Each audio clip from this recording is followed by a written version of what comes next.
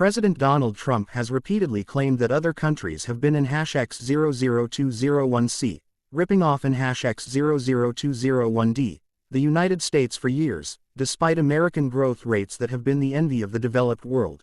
Anna Moneymaker, Getty Images.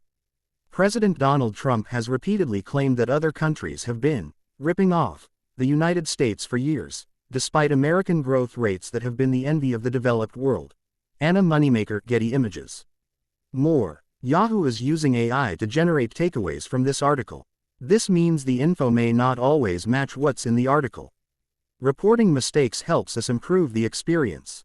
Generate key takeaways. President Donald Trump has repeatedly touted what he calls the return of manufacturing to the United States, hailing companies that have vowed to pour large amounts of money into making everything from computer chips to cars in America.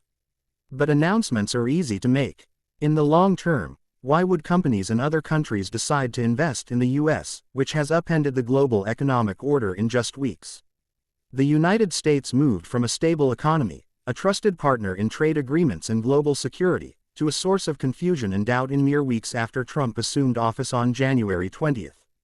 Perhaps no one has put it more bluntly than Ursula von der Leyen, the president of the European Commission, on Wednesday, when she said to a news outlet in Germany, "The West as we knew it no longer exists." In other words, the United States isn't the only trade game in town. Sure, the U.S. is the world's biggest economy, with a gross domestic product of almost $30 trillion. But China, the world's number 2 economy, is at about $18 trillion, according to the World Bank. And the total value of the European Union's economy is around 17 trillion euros, or about $19 trillion.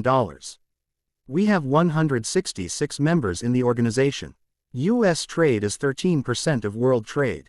That means that there's 87% of world trade happening between the other members of the WTO, Ngozi Okonjo-Iweala, Director General of the World Trade Organization, told CNN's Richard Quest on Wednesday. Trump has repeatedly claimed that other countries have been ripping off the United States for years, despite American growth rates that have been the envy of the developed world. So far, he has imposed 25% tariffs on aluminum and steel, 25% tariffs on goods from Mexico and Canada that aren't compliant with a free trade agreement, a massive 145% duty on Chinese imports, a 25% tariff on cars, with separate tariffs on auto parts coming at a later date, and a 10% baseline tariffs on all U.S. imports. But those numbers don't quite capture the whiplash-inducing speed with which Trump has levied tariffs, then walked them back, only to announce more tariffs, with another policy change soon after. The constantly changing playing field has made it even more difficult for businesses and nations to contend with the new policies.